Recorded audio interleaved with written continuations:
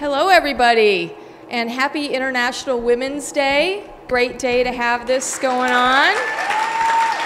Thank you to ACC TV and our sponsors, and we're going to dive right in with questions for Nicole, since I know you as well as I are excited to hear from her.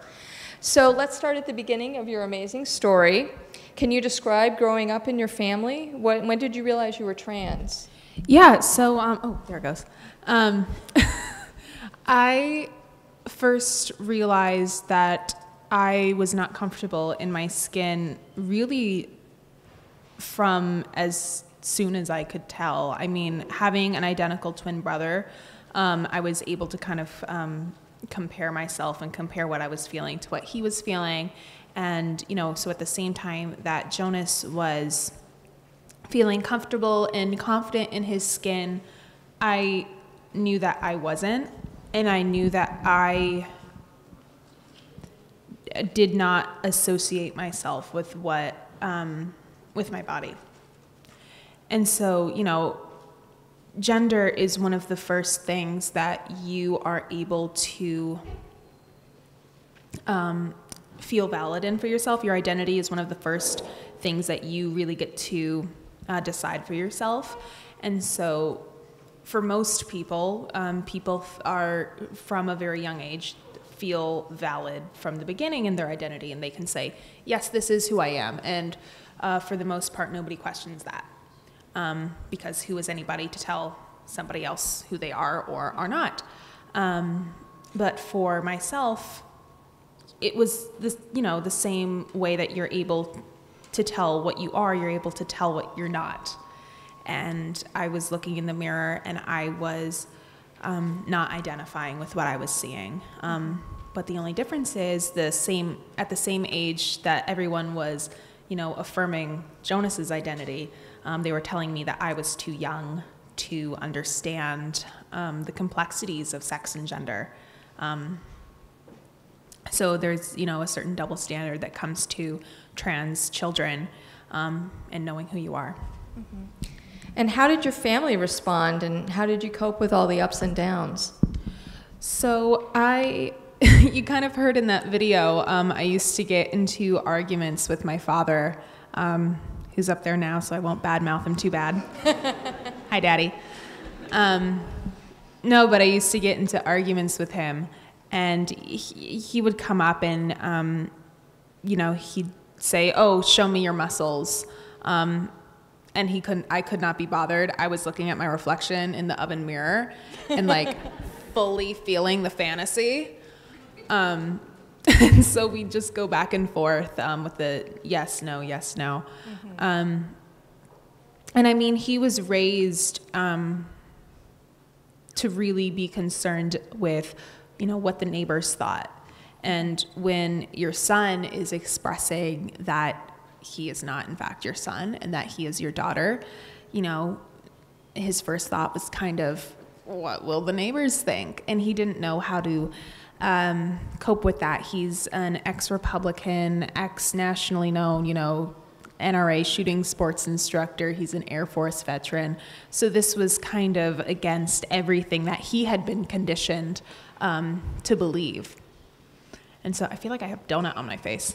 They had donuts backstage for me, and I just dove in. You know, like Lady Gaga, like, I'm off that, but into donuts. Donuts are great, right?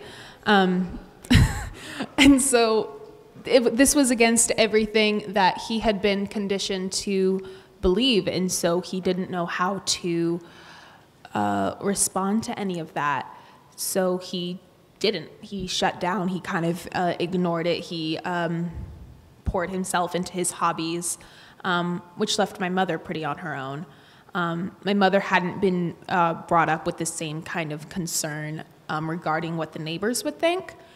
And so her first concern was not whether or not, you know, was not with our Jonas and Nicole, you know, what are the neighbors saying about them? Their first thought was, is Jonas and Nicole, are they safe with the neighbors?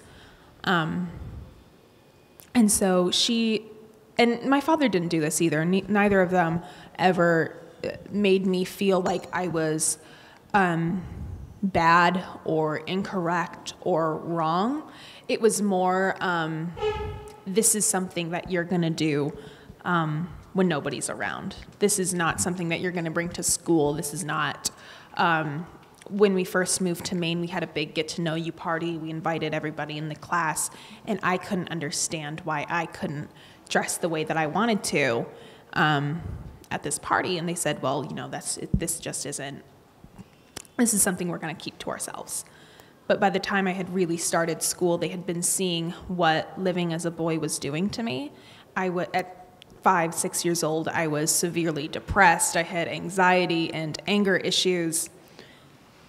And so we started working with the school and started trying to feel out transitioning and feeling out letting me start to wear pink and maybe grow my hair out a little bit. And so we took baby steps over the course of elementary school. And we kind of, we were bushwhacking it, and we didn't really know. None of us knew what we were doing because, back then there was no information really on transgender people, let alone transgender children. So, how could any of us have known what to do? And then as that went on, you became a trans activist and became part of a court case that went to the Maine Supreme Court. Could you tell us about that? Yeah, so over the course of this transition, we had kind of capped it off with my changing my name and using the multi-stall girls' bathroom. And that had worked fine. All of my friends were, of course, totally okay with me. These are girls that I had grown up with, and, we had done sleepovers and play dates, and, all was well. But one day, this male student in my class followed me into the girls' bathroom as a political statement on the behest of his grandfather, who was a member of this special rights Christian group back in Maine, who didn't think that my using the girls' bathroom was okay. And so at the same time, this group was threatening the school and was pretty much saying, Nicole using the girls' bathroom is somehow an infringement on my grandson's rights. I don't know. And so the school buckled, and they thought, well, if Nicole using the girls' bathroom is the issue, then if we pull her out of the bathroom, problem solved. Well, not solved. So now I'm in the staff bathroom. I am literally isolated from my classmates. And this has sent a message to the community pretty much saying, hey, here's this student who is so different from the rest of you that they cannot be allowed to exist in the same spaces as you. And so people who we had not had a problem with leading up to this sort of started taking those cues and started giving our family a hard time. And so eventually I had a bodyguard who would follow me around and make sure that I was using the right bathroom, because, sometimes I would make a break for it. Sometimes you just got to go. Sometimes you just got to go, right? And so I had a bodyguard making sure that, I was using the right bathroom, which is, of course, even more isolating. It's, you have a target on your back as a trans student, and then, with all of these policy changes, it's just getting bigger and bigger and bigger. So after that point, I had been in the outing club, and the school pretty much said, yeah, you can go on this overnight whitewater rafting camping trip, but you can't sleep in the same tent with the other girls. You need to be in a tent by yourself or with your parents. And we were kind of like, I have slept in the same bed as all of these girls. Like, these are all of my friends. So, we were like, okay, well, what if we had a petition or something? We got a permission slip signed by all of the parents saying, like, we know this isn't a freaking issue, but we're going to, write in paper, this isn't a freaking issue. And the school said, no, we're not going to do that. So Jonas went on the camping trip, and I went to visit a granny in Indiana. And so after that was kind of the last straw. They'd been calling ahead to field trips and stuff. We'd be going on and saying, hey, you know, we have this student coming, you know, don't let them use the girls' bathroom at your facility.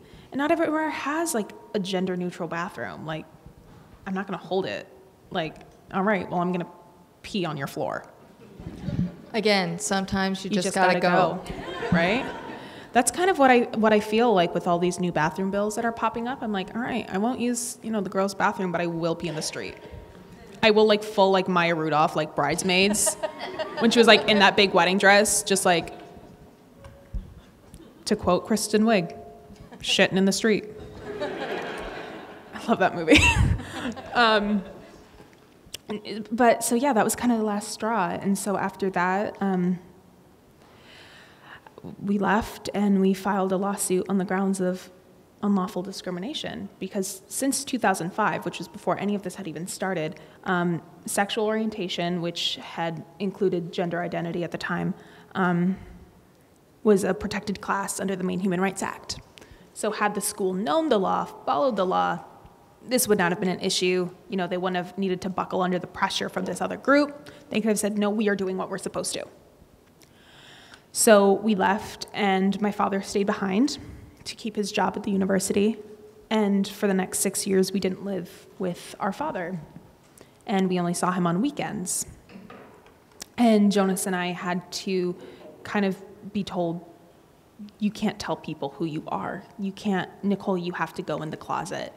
You can't, because we were so desperately afraid that what had happened in Orono would happen again in Portland. Because, of course, every school talks a big game. They're like, oh, you know, we have a zero tolerance policy on bullying. Like, giving a kid detention is not a zero tolerance policy. Like, I got detention. I wore a book on my head. I looked fabulous. And so we were so afraid that, and for the next 2 years, I just shut down, and I didn't have friends over. I just went to school and I came home because I didn't really know how to navigate relationships when I had to actively hide a big part of who I was. And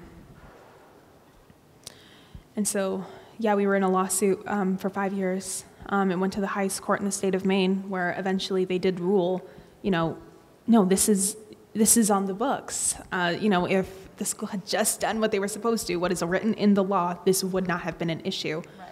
But it took so long. It took 5 years for people to decide, because nobody wanted to be the first to decide which side of the fence this issue was going to fall on.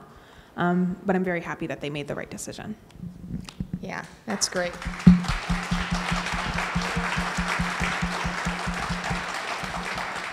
And you had a book written about this, Becoming Nicole, which was written about you and your family's story. It was very well received by the critics, and some of the things they said were, 4 ordinary and imperfect human beings had to reckon with an exceptional situation, and in so doing also became, in their own modest ways, exceptional. And the book is a miracle. It's the story of a family struggling with and embracing a transgender child. But more than that, it's about accepting one another and ourselves in all our messy, contradictory glory. The Maines family is as American as they come. Can you talk a little bit about how the book came about with Amy Ellis Nutt? Yeah. Well, first of all, I don't know what they're talking about imperfect, because if anyone's read that book, they know that my mother is flawless. I mean, when I first saw the book and I was like reading through it, I was kind of like, she's kind of the only one you can root for like the first half of the book. Because a lot of Jonas's stuff ended up getting cut. My dad kind of sounds like the bad guy. And me with all of my anger issues, I was full psychopath. Like, I remember there was this part in the book where they were talking about, I don't know, something I'd written in second grade about bazookas or something. And they were talking about, like, I don't know, her, Nicole's tendency for violent outbursts, and I'm like, I just think bazookas are cool. I was like, I didn't know I was being problematic. I was just like, sorry. No, and so for like the first half of the book, you're kind of like, oh, these people are terrible, but I really hope Kelly's okay. Because she really, they do not deserve her. And spoiler alert, your mom's okay. Spoiler alert, my mom is okay. She made it through. She managed to, put up with us for long enough for the rest of us to kind of get our acts together. But yeah, so when my father wasn't living with us, he would come down, he would take the bus every weekend. And on the bus ride, he would just type up journals and memoirs, and he would just write about what he was feeling and what he was going through. And he showed it to a good friend of ours who said, this could be a book, and that's kind of what got the ball rolling. And eventually we were introduced to Amy, who's just this phenomenal, a Pulitzer Prize winning science reporter for the Washington Post. And so she beautifully took together like all of our family records, and she took the science behind being transgender and weaved it into this really great book that has something for everybody, whether you are new to the topic of trans youth or trans people, or if you are a kind of a veteran. There's something for everybody to kind of learn in there. And it's just a really good book to kind of, I think, open people's eyes a little bit and really get the ball moving. I had it was good. It kind of saved one of my relationships. I had a boyfriend who I was going to meet his parents for the first time. And if I ever do stand up one day, I will talk about this story endlessly because it's my favorite story to tell. I was on my way to meet his parents for the first time, and probably like halfway there, we were on the highway, and he said, "Listen, I need to tell you something. My parents are Trump supporters, and they don't know you're trans."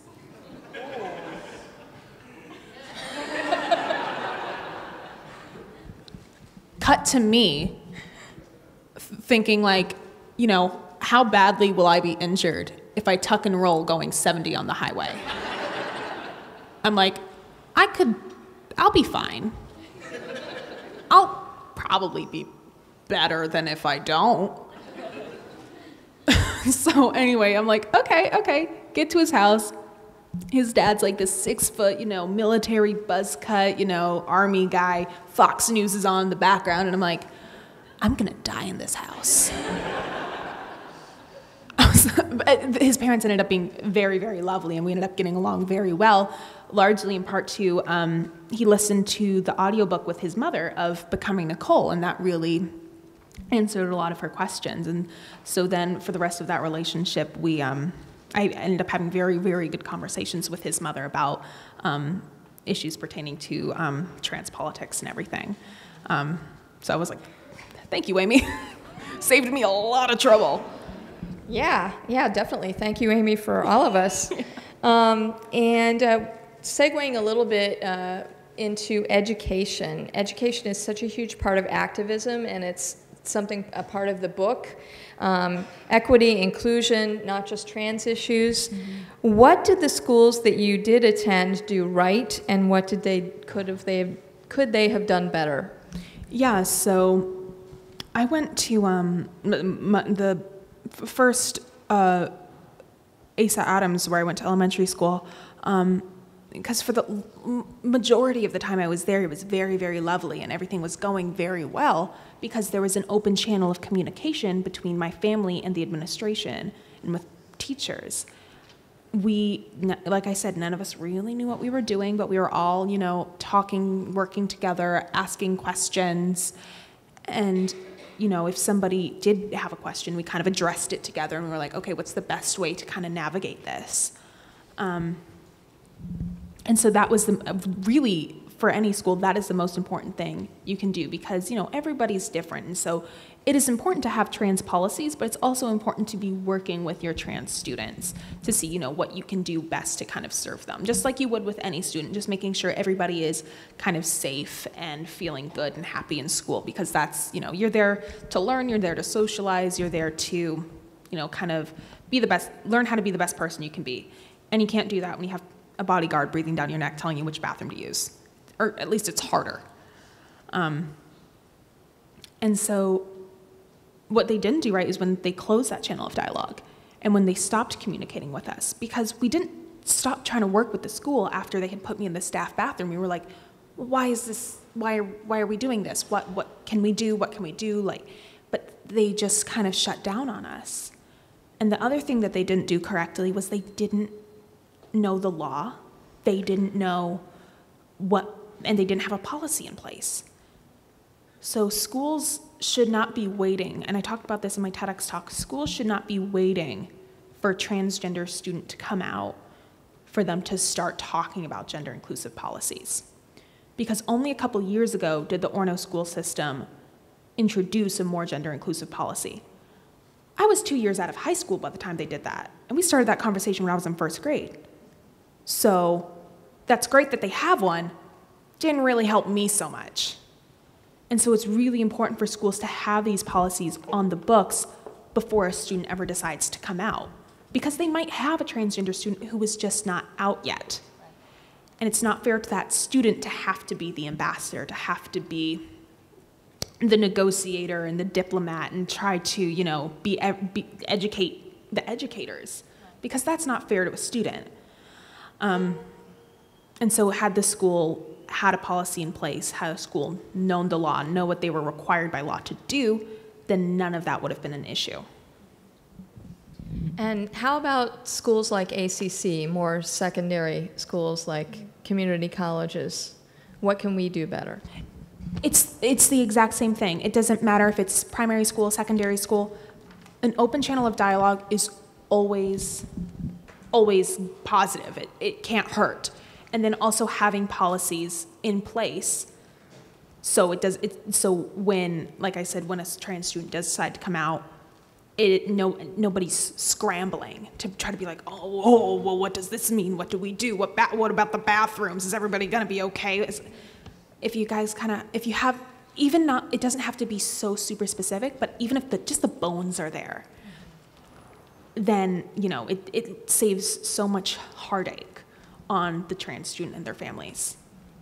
Yeah. Okay, shifting more to your work as an actress. What made you decide to try acting, and how did that career come about?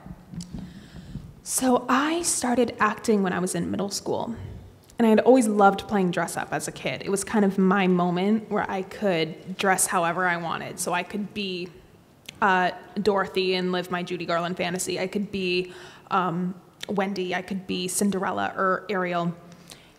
And that was when I felt the most valid and the most comfortable in my own skin. So I always loved playing dress up. And so I started doing theater in 6th grade, which is just more dress up. Because that's really what I do as an actor. I just play dress up with a better budget. And great costumes. And great costumes. My costume's gorgeous. It's uncomfortable as hell, but it's gorgeous. I had a really big lunch on Wednesday. I was shooting on Wednesday, and the cast assistant came in and they said, "Hey, what do you want for lunch?" And I was like, my kind of thing is I always get a quesadilla. I say quesadilla, but I say quesadilla. I say quesadilla just to bug people. And so I asked for a quesadilla, and she came in a little bit later, and they said, "Oh, hey, the catering just got really, really swamped. Do you want just something off the menu?" And I said, "Oh, well, yeah, what do they have?" "Veggie burgers and poutine." Yes, absolutely. Lunch is delivered, gives me all three. Veggie burger, poutine, quesadillas. And I'm like, well, it'd be rude not to eat it. Like the donuts. Like the donuts. I am nothing if not polite, you see. So, cut to me in my trailer, just chowing down, going to town. Then I realized, I have to put a corset on. Ooh, that wasn't pretty. That was kind of like, you know how you have those like Pillsbury cinnamon rolls that you bang on the counter and they pop open? It was like that, but you're trying to put the dough back in the can once you've already banged it on the counter. And so it wasn't pretty. But my costume is gorgeous. So, which is the point I was trying to make. So yeah, I started acting when I was in 6th grade, and I really, really loved it. And I always loved television, and who doesn't love superheroes? I love superheroes. Right? And I remember my favorite superhero growing up was Storm. I mean, the hair, the costume, she kind of won the lottery with her powers too. So she kind of like, you're nodding over there like, yeah, she did. And so I loved the drama of it all. And then as I got older, I would watch, my favorite actors on panels, or I would watch behind the scenes stuff and just kind of see, how actors were different from their characters. And it was so fun watching people interact on set and watching panels and seeing how everybody, would, and you always wonder, like, do they really get along that well off set? Do they really joke around? I don't know about everybody, but for Supergirl, yes. It is so fun, and getting to be on one of those panels at Comic-Con was a complete dream come true, and everyone's so amazing. And even in the short time I've been there, I've made such good friends. And now it gives me something to do on the weekends too, because I don't know anybody in Vancouver. So now I can go over to Katie's apartment, and me, Ozzy, will watch true crime. We were just, last Saturday, we were watching the R. Kelly documentary, and thank God we had wine. We were like, ooh, yikes. We needed Oisin, kind of keep us grounded. But yeah, so I got into it just because of how fun it looked. And so now I get to do that, and I get to play dress up. I get to have a great time with great people, and I'm a very big believer in, if you love what you do, you don't work a day in your life, and it very feels that way for me. I just get to go play dress up, have a great time, and tell stories that matter. And I'm so in love that I get to be on Supergirl, particularly with this season, because the content is so real and so relevant to what's happening in the States right now. And you ask yourself, okay, well, what if we actually did have aliens from Krypton? We had refugees from Daxam, from Tamaran, from Naltor. What would that look like? And it would look like exactly xenophobia, racism, ignorance. That's what it would look like. And so getting to be a part of that and tell those stories it's been really special. And I think it's been very cool and very different, because the big baddie this season isn't necessarily something you can fight with heat vision or your fists. It is much bigger than that. So it's been great to see. But it's also been very interesting. I'm kind of going a little off topic here. Hey, I am into this. But it's been very interesting to also see people's reactions to this season, because I keep seeing a lot of folks saying, oh, don't make superheroes so political. And I'm like, what superheroes have you been reading? What comics have you been picking up for the past 50 years? They've always been political. Iron Man in the Cold War, Captain America fought literal Nazis. And people are upset because for the first time, they are on the other side of it. They are on the other side of the heat vision, if you will. But it's just been a dream come true to get to kind of be a part of that and to explore that story and be able to tell stories that matter while making amazing friendships and wearing cool costumes. Yeah, you kind of actually answered some of the questions I had written down here already. Nailed which it. Is awesome. Future vision. Future vision, yes. She is the dreamer. She must have dreamed this interview. Yeah. So I'd like to hear a little bit more about how the role of Nia came about. How did you audition for it? You had been on Royal Pains. How did that come about? Yeah, so Royal Pains came about just we knew somebody who knew somebody who knew somebody in casting who was looking for a trans actor, and they had kind of known that I wanted to break into that, and so they said, "Oh, send in an audition." I read words for a living off of a page, and I don't know how that happened. And so I just sent in an audition for that, and met with producers and casting a couple times in New York, and that kind of just happened, and I did not expect it. I was like, so, then I was, for my senior project, my senior year of high school, I was in New York filming a TV show, and I was kind of like, this is nuts. And so then I didn't act for like 4 years after that. And I auditioned for Supergirl. I had gotten together with agents and managers, Sensorial Pains, who were phenomenal. And they had sent me this one, and they said, hey, this one's really big. Don't screw it up, because we know you like to do that.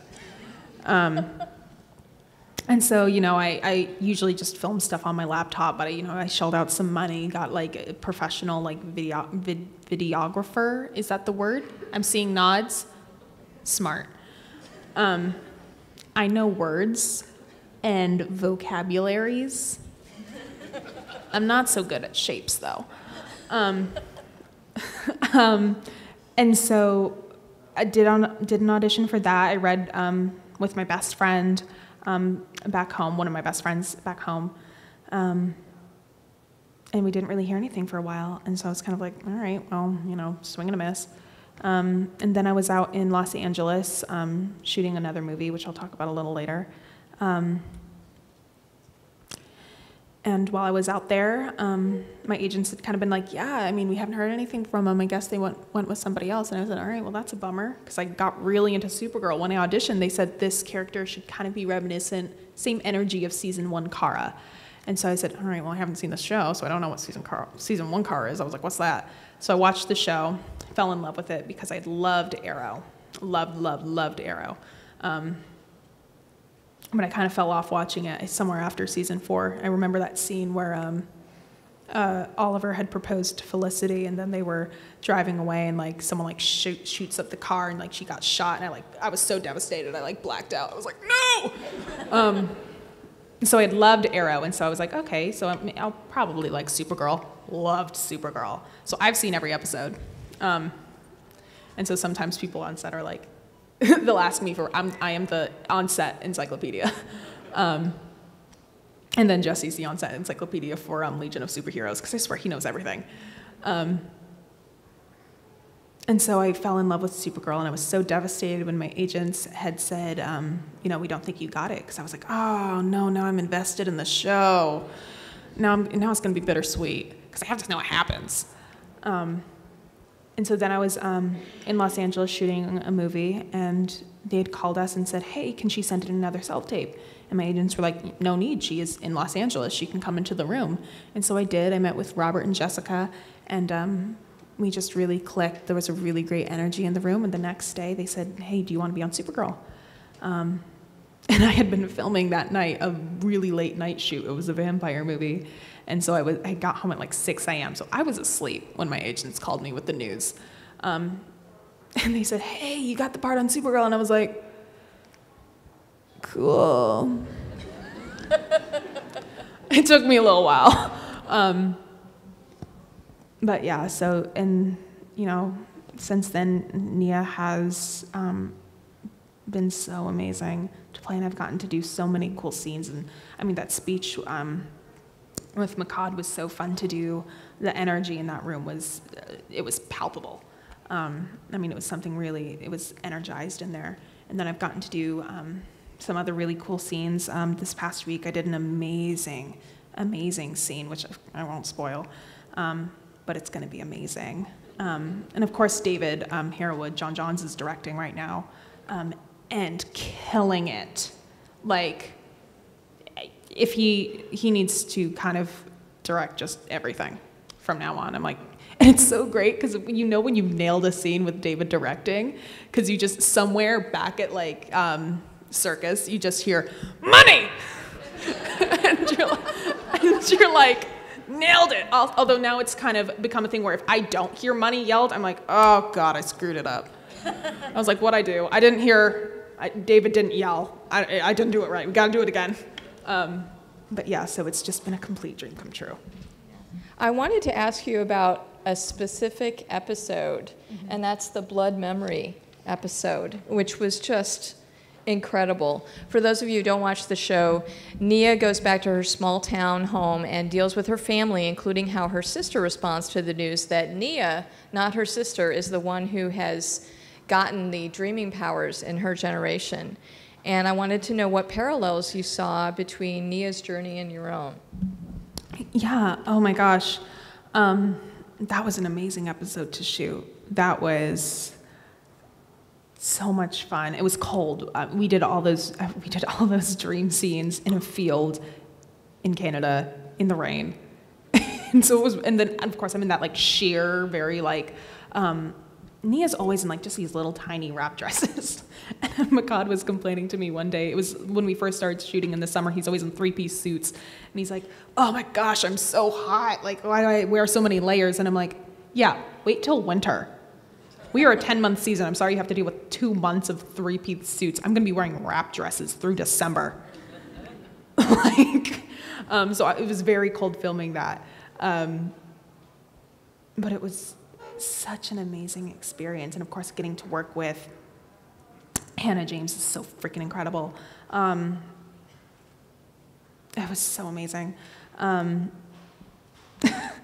so parallels, I mean, I think we've all had someone in our lives, we're trans people anyway, have had someone in our lives tell us that we are not, that you're not a real woman.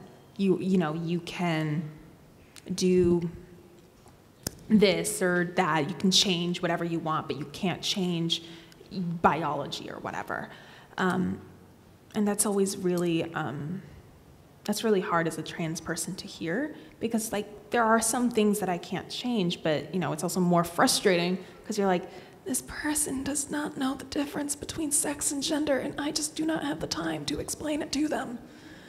And then of course, you know, also on a broader sense, I think anyone with a sibling is kind of able to relate to, of course, the constant comparing of yourself to your sibling. And then also whenever you've gotten in a fight with your sibling, you say things you don't mean. And especially, I know I do this with my brother, when we get in a fight, it's, you know, kid gloves are off, you go for what hurts, you go below the belt. And that's kind of what happened with Maeve and Nia, and you can kind of see, because Hannah's just so brilliant, you can kind of see that moment where Maeve is like, oh, what did I do? What did I say? And, you know, and then, you know, you're looking at a potentially destroyed relationship between sisters, which is, of course, at the same time in the show going through Cara and Alex. And so then, but out of that, you know, you have a really beautiful blossoming relationship between Nia and Cara.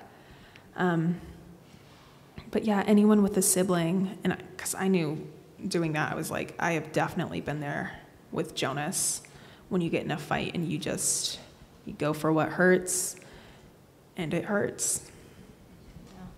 I mean, the hurt was so devastating, but then there was the moment where Nia's mother says, you were the daughter I was meant to have, that just is heartbreaking on an entirely different level. Mm-hmm. As she's dying. I mean, that's just kind of like, Nia's kind of getting hit by from every angle in this episode. But yeah, that was an especially powerful scene to shoot. I mean, Kate Burton is amazing, and she's such a pro. And of course, I had a couple weeks off because I had a couple episodes I wasn't in, and so I started watching Scandal. And now every time I see Kate Burton, I'm like, "Mommy, yes!" Like, yes, Mommy. And then there was, of course, that scene where the church she was in blew up, and I was like, "Mommy, no!" But then she was okay, and I was like, "Mommy, yes." But yeah, that was an especially powerful scene to shoot. Just, you know, it kind of brought me back to, you know, of course now my father is incredibly on board and he's incredibly supportive of me, and we have a really beautiful relationship, but it kind of brings me to every time we go and speak together and I hear his side of his transformation and hearing him kind of, you know, beat up on himself. But, you know, and being so supportive now, it's just, it was a powerful scene to shoot, is all I can say. Yeah. How do you see your acting career intersecting with and/or enhancing your activism? Yeah, well, I mean, I am all of my past women and gender studies professors will tell you that my favorite topic is intersectionality. And, kind of studying how all aspects of our identity intersect and you can't really separate those from each other. My acting and my activism are intertwined, and they are intersected, and, one bleeds into the other, and one lifts up the other, and, with the greater platform that I had gained from activism helped me kind of springboard into acting, which then furthered that platform, which I can now use to further the activism. Hence I am here today. And so, and then on screen also, as well as off screen, I'm telling stories about trans people, and I'm looking at showing a wider variety of trans experiences, because I think for a while we were seeing trans characters who kind of served as guides or as teachers to the main cast, which was important, then. It was important to kind of showcase the trans experience and kind of introduce a wider audience to what it meant to be transgender. But now I am telling more stories about trans people whose arcs do not revolve around their transness. With Mia, her story is not about her being the first trans superhero. I love that about her. I love it too. She is about, I can see the future in my dreams. How am I going to deal with that? How am I going to navigate my relationship with my family? How am I going to navigate being half alien, half human in increasingly hostile environment for aliens in National City? And then also with Bit, the movie I did before I got Supergirl, it's a story about a trans girl who goes to Oregon to visit her brother, and while she's there, she is turned into a vampire by this girl she meets at a club. You gotta be careful. Sometimes you meet a girl at a club, go back to a warehouse party, make out on a roof for a little bit, and then next thing you know, you are eating people. That's just how it goes. It'd be like that sometimes. But her arc is also not about her transness. It is about, all right, how am I going to deal with my fleeting humanity now that I have to kill people to survive? How do I deal with my goodness? How do I balance that? So now my activism and acting have kind of, like I said, intertwined into telling trans stories, sharing experiences, and showing that trans people are not token characters in any friend group. We have other stuff going on outside of our transness. Can you tell us a little bit more about Bit and when it's going to be coming out? Absolutely. So Bit was written and directed by the legendary, well, he's a legend to me, the legendary Brad Michael Elmore.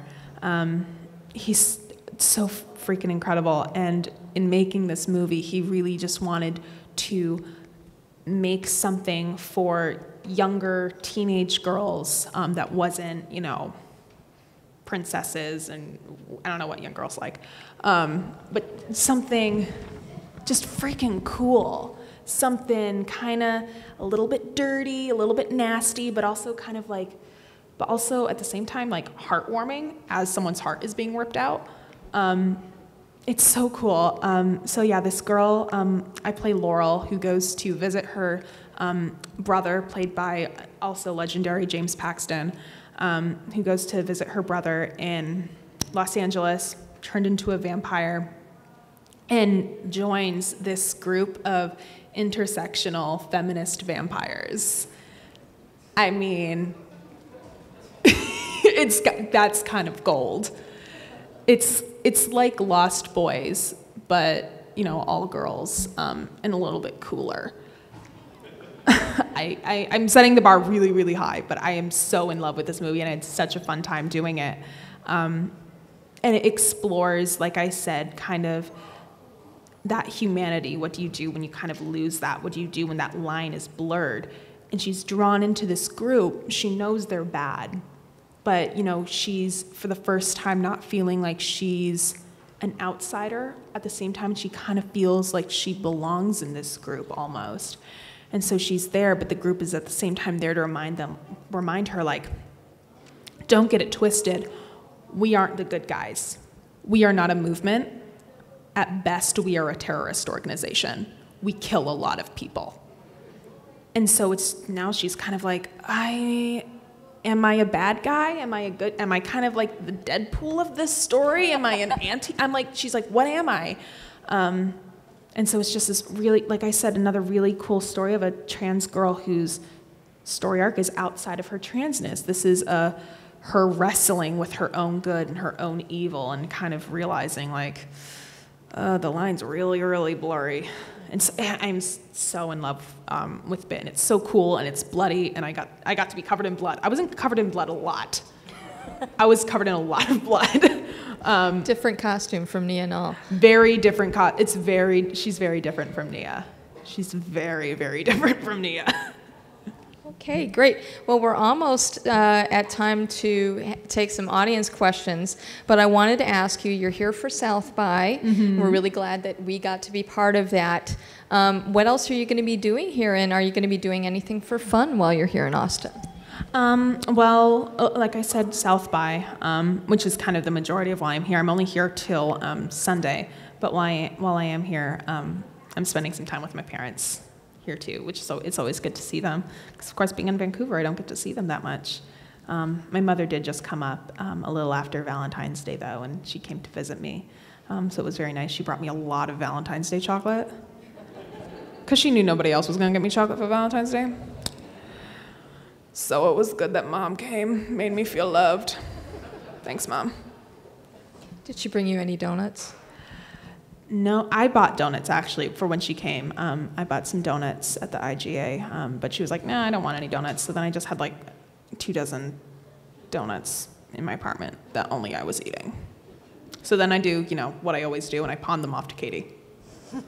Okay, great. Well, I think we're about ready to take some questions from the audience. Hi. My name is Danielle Skidmore, and I guess I'm curious. So the Supreme Court, the Maine Supreme Court that upheld the law in support of your family doesn't exist in Texas.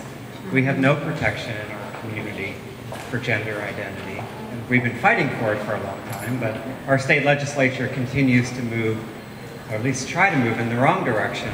In fact, this year we have a bill, Senate Bill 15, that would seek to invalidate our local non-discrimination ordinances. So all the benefits that we enjoy here in Austin, some in our state legislature would seek to invalidate that. So I'm wondering, how did you feel when you found out your parents were going to move to Texas? I was like, I'll see you when you're not in Texas. No, I was very happy they were moving to Austin because I've always heard amazing things about Austin. And, I knew that it was kind of, the blue dot in a kind of big red ocean. So I was very happy, at least, they're moving to Austin, or they're moving to Texas. All right, well, at least they're in Austin. But I was very kind of like, from Maine to Austin? I was like, you going to Texas? Really? And so my dad was always talking about how excited he was for me to come down there. And I was like, okay, sure. Yeah, it was shocking. I was kind of like, yeah, all right. But I think my dad's also really happy to be here because he's able to kind of put more of his own personal activism back into Texas and kind of try to get those laws changed and try to ensure the same kinds of protections that we got in Maine down in Texas, because as we're speaking, as we're going to colleges and universities and high schools and community centers, we've kind of been on the coast, each side of the coast, in more liberal, more progressive areas, which is great. But the change that really needs to happen is middle America in the South, but it's hard to get there, because if you're speaking, somebody has to invite you there. So now, having moved to Texas, he's excited to be able to kind of put his activism back into, his home. Hello. Hi. Well, first off, I would like to welcome you to Austin, Thank to you. UBC. Yeah, I do see Supergirl, but like I remember that episode, like when your character went back to her hometown, and then that part where the character said that to Melissa's character that the character was trans, and I was like, what? I watch the show, but it's just like I was like, wow, and I was like, okay, but I didn't knew like you were actually how can I say this in the right way? I didn't know you were trans. 'Cause Yeah. I didn't think that like I didn't think like oh you were a dude at first. Like I'm sorry, like that's just like I didn't really think you were at first because I just thought you were an action like a real like a real pretty girl and all. I didn't think you were I'm sorry, I just didn't think that. Yeah. But like to me, like I was bullied like when I was a kid because I have Asperger's and my family like they didn't know at first, but they are supportive of that stuff. I know it's not like the same as the trans thing, but I mean I kind of feel where you're coming at, and but it's just like I don't know. I'm just trying to say like I do accept people no matter like what race or culture or like whatever they like if they like the same sex or opposite sex or even like are trans. But I'm just like I don't know, I just wanted to let you know that that like I think that that you are like that you are equal to me, like you are equal. And I don't know, just another thing is I work at an Amy's ice cream. I don't know if you know what that is. Like I don't know if you like ice cream or something. I love ice cream, and I don't know who doesn't love ice cream. But I did know one kid in like elementary school who didn't like ice cream. I didn't trust him. Well, the one I work at, it's near Rollingwood, like Westlake. It's like near the Barton Creek Mall. And like, but the thing is that we had Sandra Bullock come over there one time. We have her tip in the wall that says that Sandra Bullock's actual tip. And like, if you could touch it, but don't take it or you'll be cursed. But I don't know. It's not like a celebrity wall, but I was just wondering, like, I don't know if you would like to go to my store and just like put your name I in might there need or to something. put my name next to Sandra Bullock's name. I don't think that'd look bad for me, being next to Sandra Bullock. I think that'd be good for me. Yeah, no, I'm sorry I'm taking a bit of your time. And just one more thing just before I go. Like were you excited to come by South by? Like is this your first time here or no? Yeah, this is my first time in South by. I'm really, really excited to be here. Everyone on set was telling me how fun it is. And I get to do a panel tomorrow, kind of talking about the same stuff I'm talking about today, with some female showrunners, with Candace Patton from The Flash, who I've done a couple things with. I did iHeartRadio with her. I did the She Authority panel with her. So I get on really, really well with her, and so I'm very excited to be in good company and to be down here doing that. Should I leave you my my work, like the address where I work, like to I'll give you find it. ice cream? I'm sorry. I'll find it. It's okay. Yeah, BK Road. That's all right. Hi. Hi. I actually have two questions. The first one, there are a lot of RTF students here, a lot of people from the RTF department who are probably wondering if they would maybe want to go into producing, writing, directing, or even just acting. What advice would you have for any of us in that department? I think the best advice that I can give is don't give up. Because in that industry, it's a lot of rejection, kind of like one after the other. Before I got bit and before I got Supergirl, I'd been, doing, like 3-4 consecutive years of no's, lots of, oh, well, we don't really have any like constructive criticism for her. We don't have any reason why we don't like her. We just don't like her. And so it's very frustrating. And before Supergirl and before Bit, I was really considering like, should I be putting my energy more into something more sustainable for myself? But as I was kind of questioning that, it happened. And so it's about perseverance. It's about, you have to have a thick skin. You have to be willing to kind of trust yourself and know like, okay, this person didn't love me, but I'm going to do it. And it's just about really not giving up. You just have to keep at it. It's very exhausting, but I had a lot of really good friends helping me along the way and supporting me. That's awesome. My second question, as far as like being a member of the LGBT community, your reach, I've noticed it goes far beyond that, because as being representative of something such as trans that has so many misconceptions with it that not a lot of people know about, it goes even further to things that also have misconceptions, such as sociopathology, schizophrenia, like lots of different things that people don't know a lot about.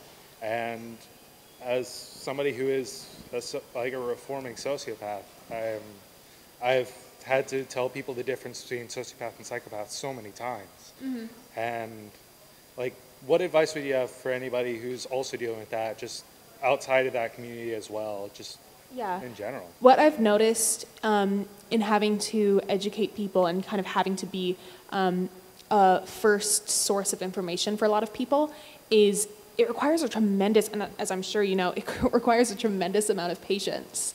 I was talking on Twitter a while ago. I'd started playing Xbox Battlefront 2 with some guys I'd met online. I don't play with a lot of people online, but I was kind of like, I'm lonely, I'm single, let's, play with some strangers, why not? What could go wrong? And they turned out to be like horribly like transphobic, homophobic, racist, sexist, xenophobic, and I was like, this is why I play alone. This crap right here. And so it kept to me 2 o'clock in the morning trying to give it like an impromptu college lecture to these guys, explaining to them like why trans people are not quote unquote abominations of God, which he had said like right to my face after I'd come out. I was like, okay, well, they'd gotten to know me for a couple weeks. Like, maybe they just don't know anybody who's trans. And so I said, well, I'm trans. And they're like, well, I respect you. I just, I personally think trans people are abominations of God. And I was like, but you respect me. And they had said, oh, that's why you're so good at video games. You're a dude. Everything went white. The fact that I did not, go into my headset and materialize in front of them was nothing short of a miracle. So I'm sure, like I said, it requires a tremendous amount of patience to not, because I really had to, it was like a hour-long discussion I had with them, patiently trying to be like, well, no, okay, well, picture this, well, what about this? And I ended up just having to ask them, okay, well, what are you so afraid of? What are you so afraid of when it comes to trans people? If it was okay for people to be gay, if it was okay for people to be trans, what is the worst thing that would happen? And I said, you don't have to answer it to me. You don't have to tell anybody. You have to ask yourself that and answer that for you. And I stopped playing with them after that because, I couldn't guarantee that I wouldn't pop off on them, the second time. But the first time, patience. Second time, go off. Well, thank you, and also thank you for being such an inspiring figure. One of my closest friends and one of my oldest friends are both trans, and to know that there's somebody making sure that they're going to be able to be accepted is just amazing, and I just wanted to say thank you. Thank you very much for saying that. Have an awesome day.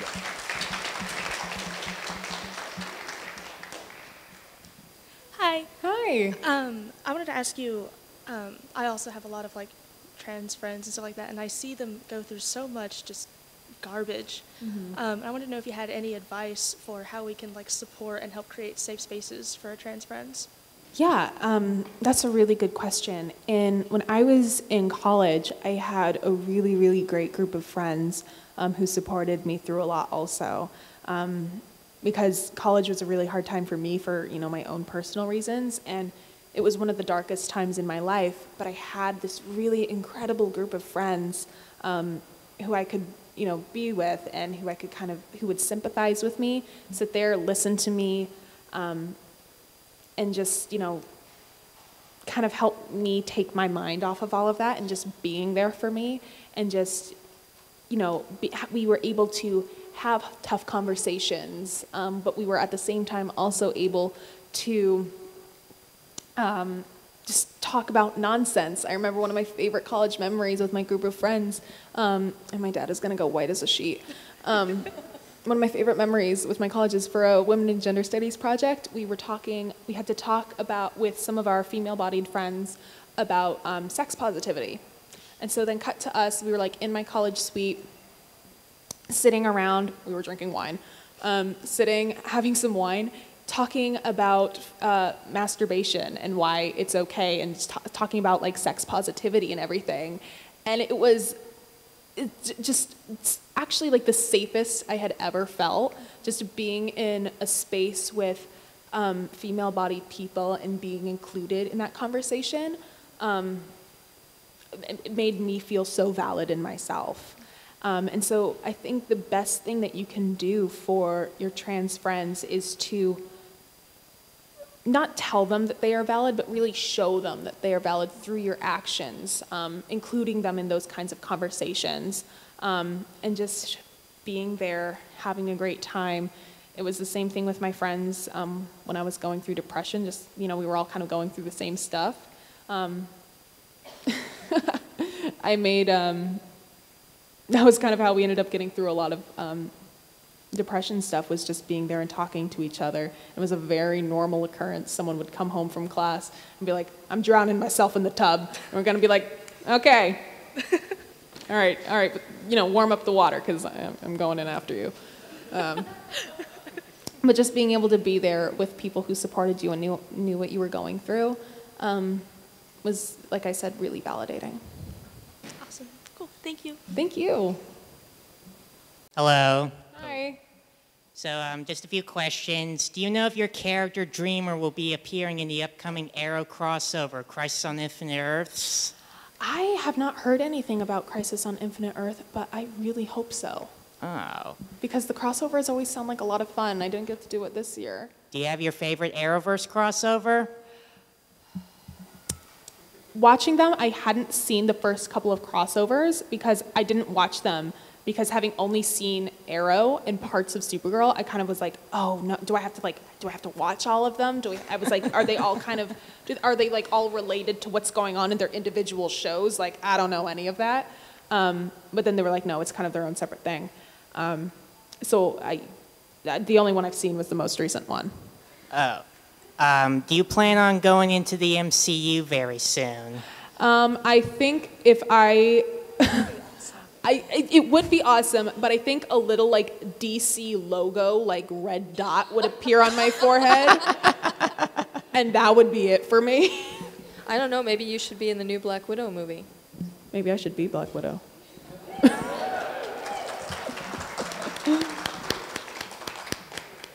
I can't do a split. I can't do all that. My best friend in high school was a dancer. He tried 4 years in high school, tried getting me to do side aerials. It's like a cartwheel without hands. I said, I'm staying on the ground, dude. I know myself. I know what I'm about. I'm about gravity and being on the ground. Ever traveled the world before? I have not traveled the world before. I've been to Canada and I have been to the continental United States. But this spring I'm going to the UK for the first time. So I'm really, really excited about that. All right, one more question, even though someone already said this, but I'm going to repeat anyway. Any advice for people who want to get into the acting business like me? Yeah, like I said, persistence. It is, and even if you do an audition that you don't love or you're not like super married to, like I've done some auditions where I'm kind of like, am I really doing this? But it's good practice. It's good to kind of, it keeps that machine oiled, if you will, because it's really hard to kind of go a long time. Then you get an audition after, you haven't done one for a while and you're kind of rusty and it shows. So doing auditions, even if you don't love them, just for the sake of doing them, kind of keeps you in that headspace and kind of keeps you warmed up. All right, well, thank you for your time. I think we're going to have a little meet and greet after the questions. Hi, thank you for being here. Thank you to you and your family for writing this book and sharing this journey with all of us. I'm a mental health provider and a parent of a teen, so I see lots of teenagers also in my work and at home. And I'm wondering, you touched a little bit on the mental health aspect. What's your best advice for people getting the help they need? And, for parents, educators, and counselors to pay attention to? Yeah, so I can only really speak to my own experience. But with me, for me, it was about finding someone that I could feel comfortable being honest with. I kind of jumped around a lot with counselors just for various reasons, and sometimes it kind of made it hard to open up, and some counselors I found a little judgmental. Yeah, it has to be a good fit. Yeah, right?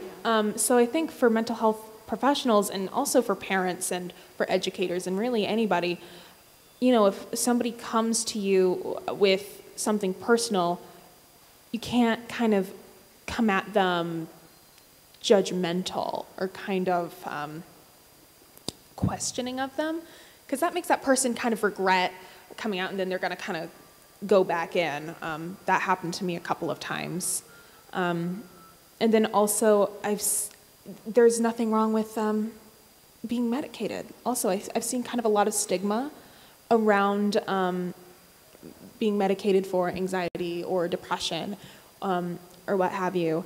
And, I don't know, there was this it was like a Facebook meme or something. And it was like a picture of medication and a picture of like the woods or something. It was like, this isn't an antidepressant, this is. And I was like, that's bullshit.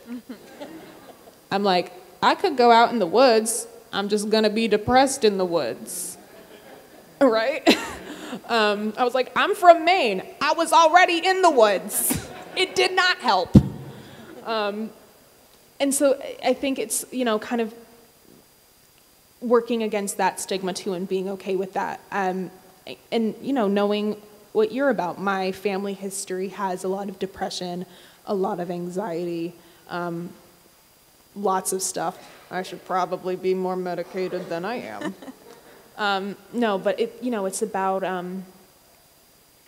knowing what you're about, and as, like I said, health professionals and educators and teachers and parents coming at that at an understanding, non-judgmental way. Thank you. Thank you. Hello. Hi. Hello. Hey. So again, like all the others, I just want to say welcome to Austin. Thank you very much. And a few questions like, what has been your biggest inspiration so far? What has been my biggest inspiration so far? I think overall, my biggest inspiration has absolutely been my mother. Because, don't look at me like that, Mom.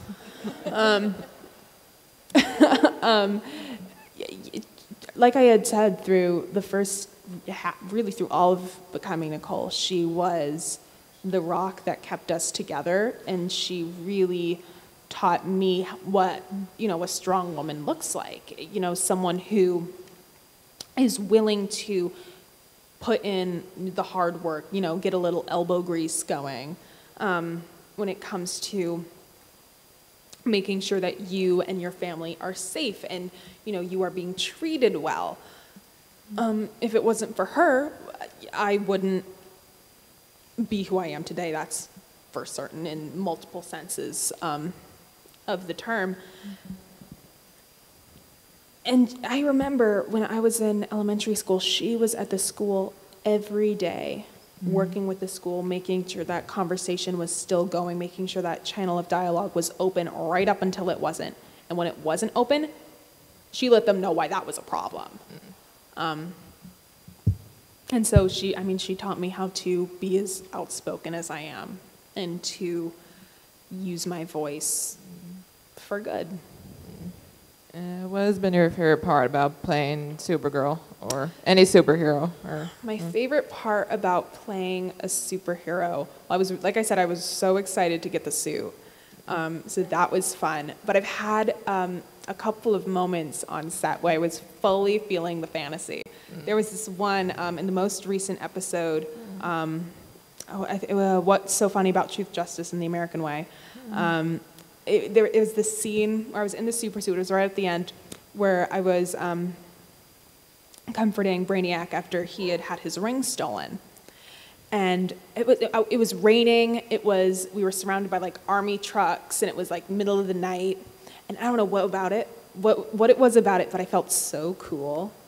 I was like talking to like the army dude, and then I was like walking over in my suit in the rain. Like, I don't know, I just felt really like kind of badass and cool. And then in the episode we just shot, I just stay tuned. I do a lot of really cool stuff coming up. And just like Dreamer's powers like are cool now. They get so much cooler. Would you say there's been a superhero that's been an influence on you? Or which one is your favorite? Or my favorite superhero is, like I said, Storm was really influential to me growing up, just because, I mean, she was objectively the best superhero. I mean, she was revered as a goddess, and in her tribe, and then she came back and was kind of the most badass X-Men.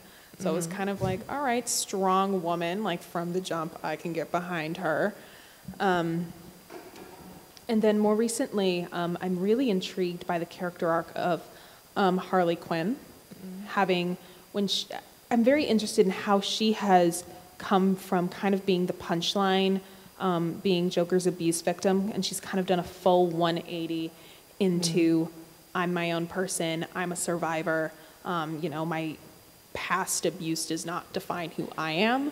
And so I just find that particularly inspirational and very interesting, kind of breaking the fourth wall a little bit, how she went from television to comics to video games. And so she kind of had a very different trajectory from other superheroes.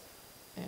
And one more is, other than not giving up and everything you already told them, anything you have advice for me as a future actress? Or Okay, let's see. You guys are running me dry on my acting advice. You're going to realize I'm not as wise as I say I am. Let's see, so don't give up, continue doing auditions. A big part of it is how you behave off camera and how you are. There's like this old, theater kind of, motto, like the audition starts as soon as you enter the room. That is 1000% true. How you are perceived by people charisma is a big part of it.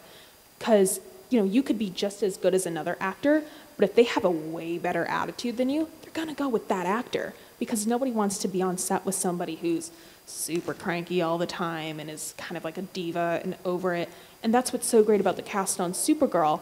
Every single person on the cast is not only a pro, but is so nice and so fun to be around that when you're doing 13-hour days, I don't really mind, because I'm hanging out with people that I like. Yeah, just be nice. Just, be yourself, be warm, be open, be welcoming.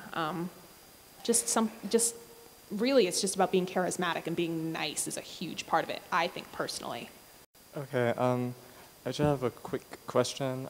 What advice would you give to those, because there are those who start transitioning sort of after puberty, Yeah. and I guess are maybe still closeted or something. Mm-hmm. So I guess what advice would you give to those who are just starting out as adults on this journey? Yeah.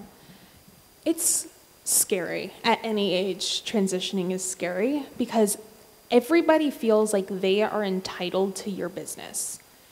There is something about being trans that makes people think that boundaries aren't a thing. I've been asked all of the weird questions.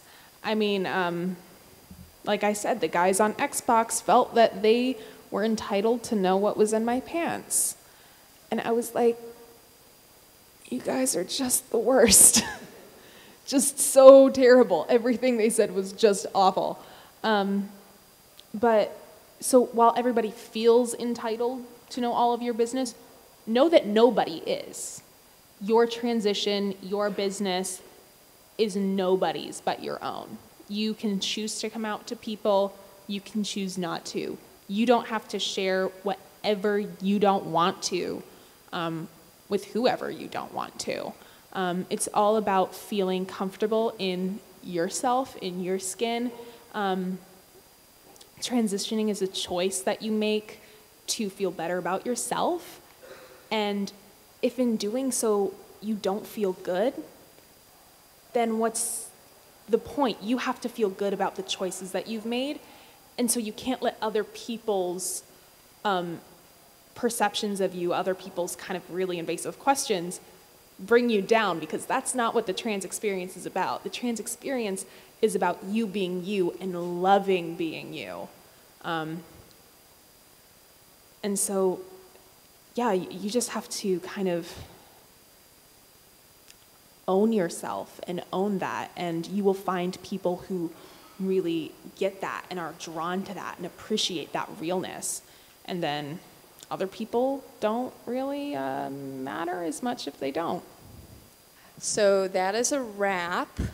And thank you again. I know Carrie just said this, but I have to say it again. Thank you so much, Nicole. Thank you to the Maines family. And thank you to ACC TV, RTF, and the LGBTQ Equity Committee.